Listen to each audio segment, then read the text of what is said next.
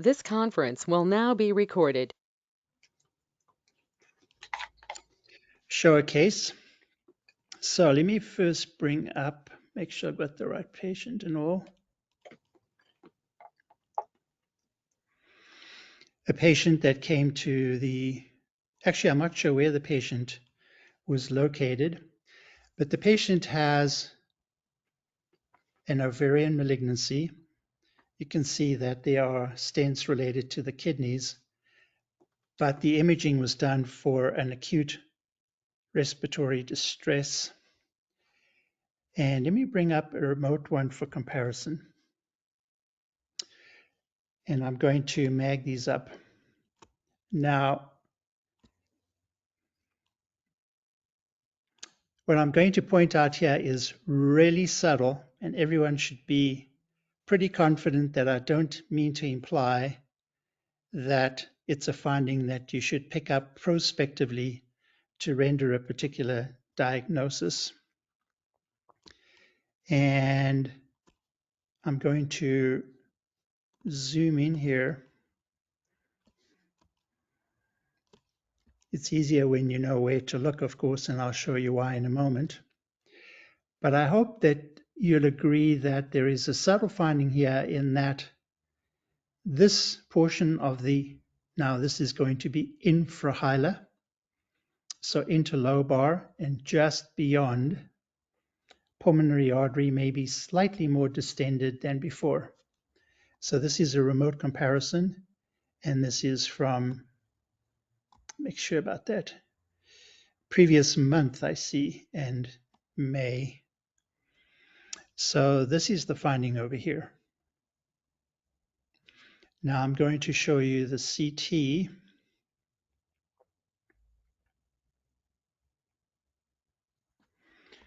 It's curious, this is 2 days later. Let me see.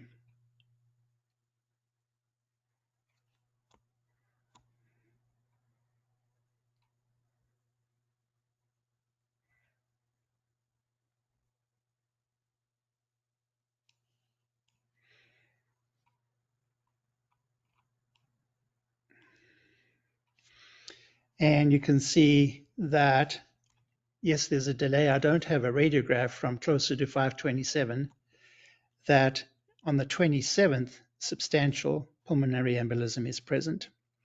And you can see in particular that there is a lot of embolus in the distal right intrapericardial pulmonary artery extending into the interlobar artery. And this location here would correspond with this location here, I would say. So a nice example of a very subtle finding.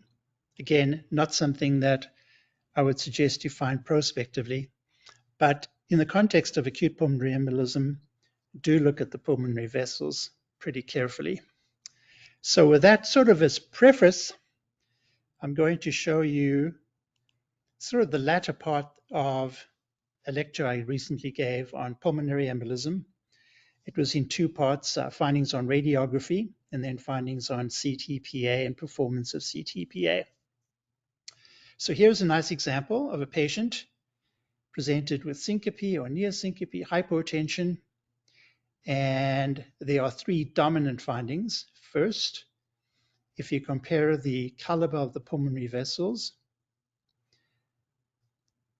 in the upper lobes, clearly these vessels here are smaller in caliber than their counterparts in the left upper lobe. Also, I hope you can appreciate, and it shows up for you, that this area is more transradiant, blacker than here. We have a distended azygos vein. And then here, we have a very distended interlobar pulmonary artery. So I will show you more about that in a moment. So let's go back 1938, the Röntgen diagnosis of lung embolism, Westermark. And this is in Acta Radiologica. And let's see what he showed. So this is from his article. And I find the description of the findings really interesting. So, for example, same case, taken ill with pulmonary embolism. I have no idea what the phrase mild stasis of the lungs is or what observations he's making to make that comment. On this side, the wedge-shaped area with absence of vascularization. I guess he's just this blackness over here and here, but I kind of see that. The region is in evidence as a distinct clarification. I don't know what that is. Distinct stasis of left lung. I don't know what that is. Abrupt termination of vascularization in the right lung. So he's describing vascular findings or findings related to vessels, as well as absence of vascularization and what I would call transradiancy right there. So that's Westermark, 1938. Fleischner, October 1959. So here, the pertinent finding that I've emphasized here, he says that the right hilar shadow is plump. But notice that he also describes the right lung field as being oligemic. So yes, these vessels are smaller in caliber. This area is a little bit more transradiant. So interestingly, both of these guys, both Fleischner and Westermark, are making observations related to the caliber of pulmonary vessels, as well as oligemia or transradiancy, both of them. So that's 1959. So let's go to 65. Here is Chang and some colleagues, and you can see what they're doing here. They're measuring the caliber of the descending right pulmonary artery, the interlobal pulmonary artery, making some observations, and of course, increased measurements of the descending pulmonary artery on chest röntgenograms, reliable early finding, and measuring the descending pulmonary artery is important in the diagnosis of pulmonary infarction. Of course, I would substitute pulmonary embolism for infarction. So that is 1965. But it turns out that if we go to 1983, Palla kind of describes the same finding, and he's measuring the same thing. And I've heard this described as the Palla sign. But to Palla, his credit, he does actually credit Chang with the description. So we compared the measurements with those of patients with a clinical suspicion and with normal values reported by Chang. So in my experience, if people ever mention this, they usually say the Palla sign. But of course, properly speaking, we should call it the Chang sign. So here's a summary of the findings. So of course, I've made a coronal reformation. So again, we generally refer to the dilated pulmonary artery as the Fleischner sign, and the peripheral oligemia, transradiancy, small vessels as the Westermark sign, which we can see nicely here. This now I'm going to call the Chang, put Chang first, give him credit, and then Palla second for the dilated descending pulmonary artery. And no surprise, we have elevated CVP. So nice example of that.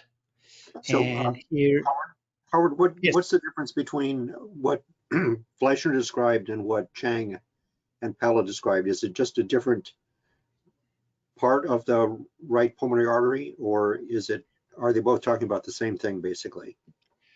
I think that Fleischner, in using that description of a plump pulmonary artery, is referring to the hilar pulmonary artery rather than the descending or the interlobal pulmonary artery, Got it. like here. that is Fleischner. And that's the way I teach it, that if you think the hilar pulmonary artery is distended, that would be the Fleischner sign, whereas more distally, that would be the Chang Pala Palestine. sign. Got it. Yeah. So, of course, here's the CT showing that that portion of the pulmonary artery a little bit beyond is really big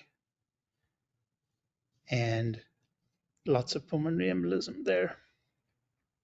Let's have another case.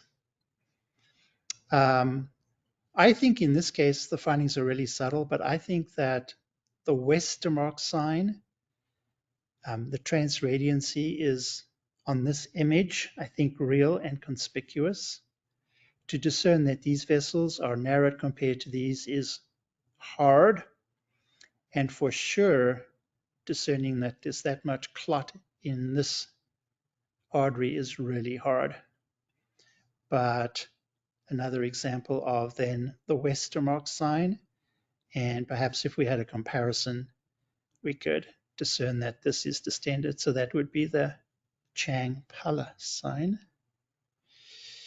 Another example.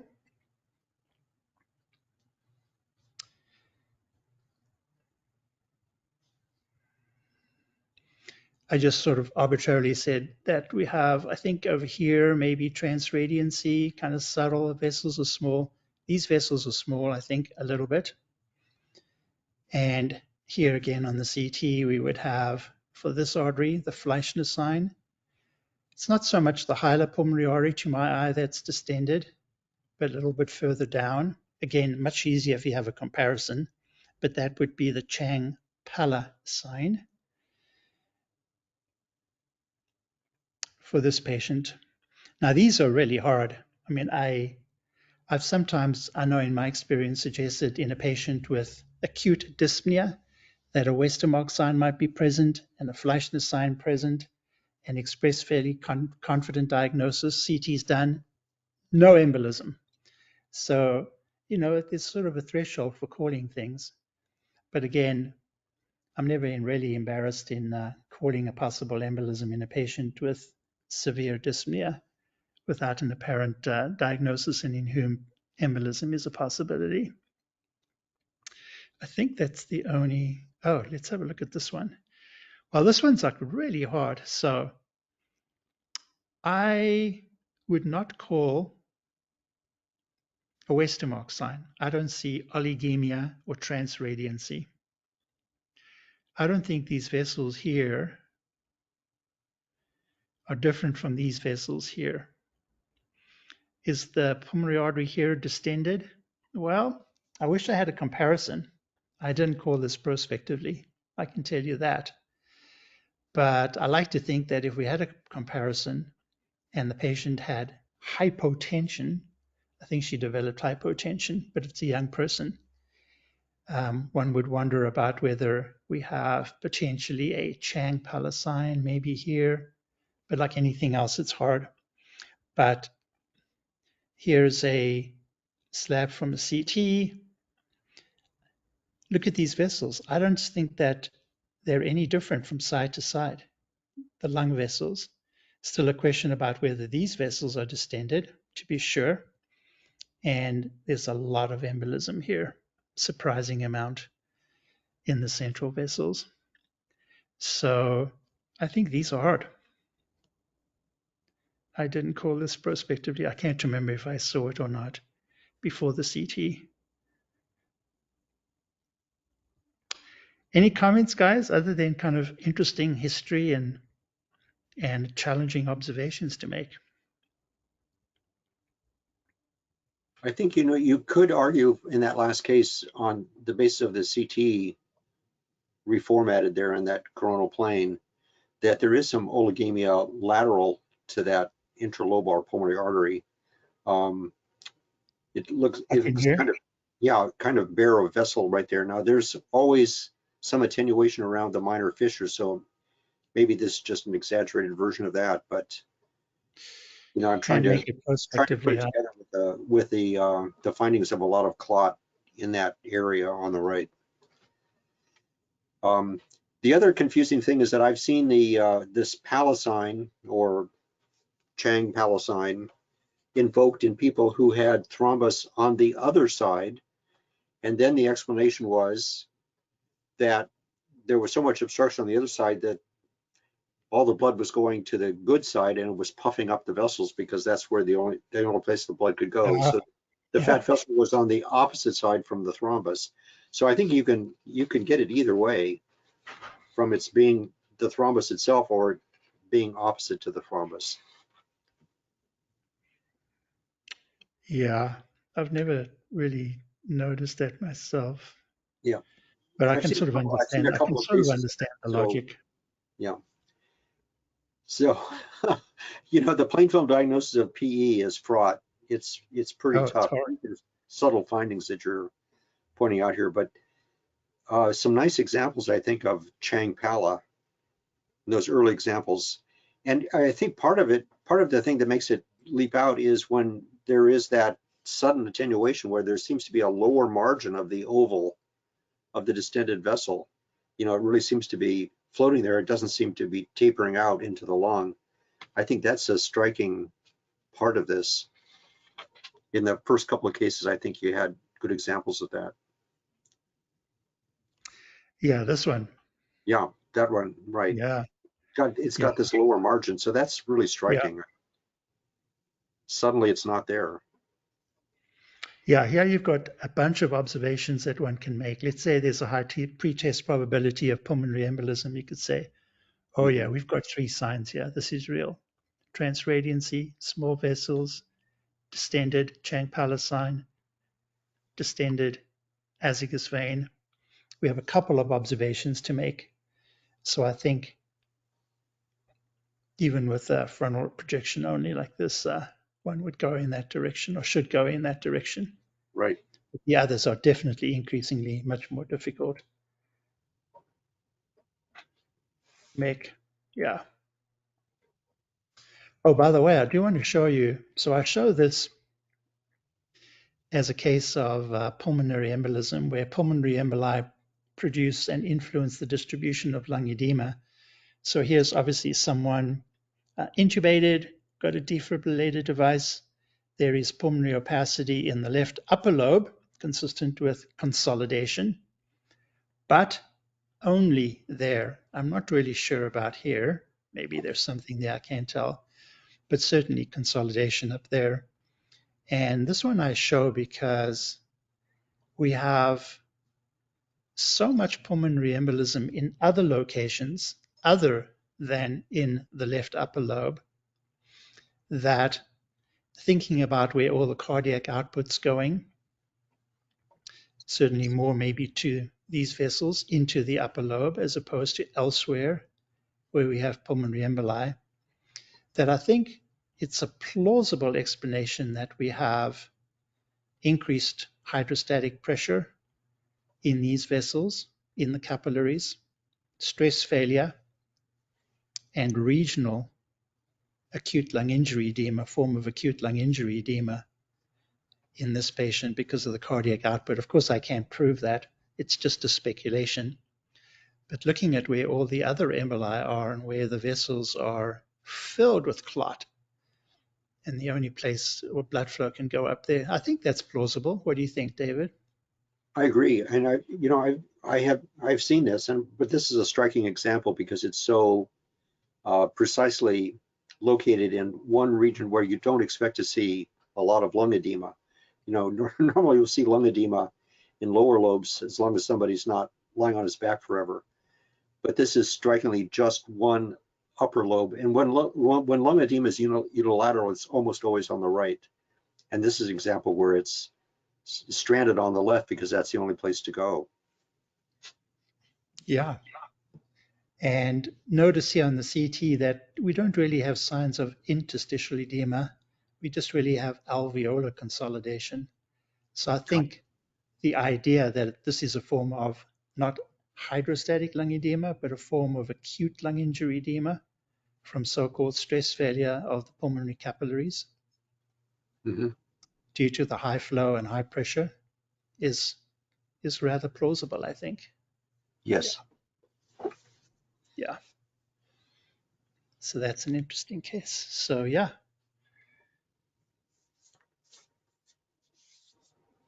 So some history, and you know, both these guys, I've no idea what the stasis is, but both of them made observations about transradiancy and distended vessels. But it seems like history basically accords the one sign to Fleischner, the regional oligemia, and the one sign to Fleischner, and it's probably both. I like their description here. Yeah. It's amazing what these people could do with plain films, which, you know, to us look fairly crude and stuff like that, but these people extracted a lot of information. Yeah. This imperfect medium. Yeah. I have no idea. Still have no idea what distinct stasis of left lung, mild stasis of lungs. I mean, I it's a think matter of he translation means maybe, but I can't even intuit what he might be trying to describe and I think he what means fat. observation. I think he means fat vessels in the lung. He's implying that the pulmonary veins can't drain very well because the pressures are high on the left side of the heart.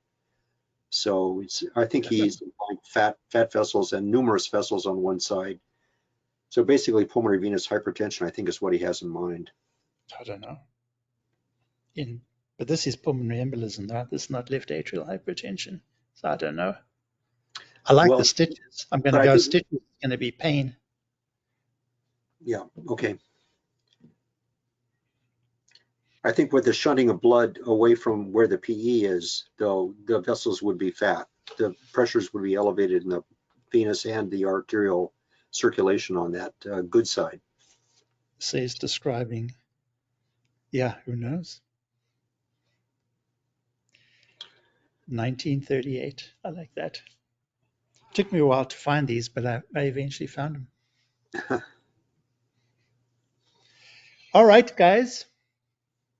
Thanks for the entertainment, the noon entertainment, Howard, on a slow Yeah, holiday week. sure. So Yeah, hopefully we'll be back up to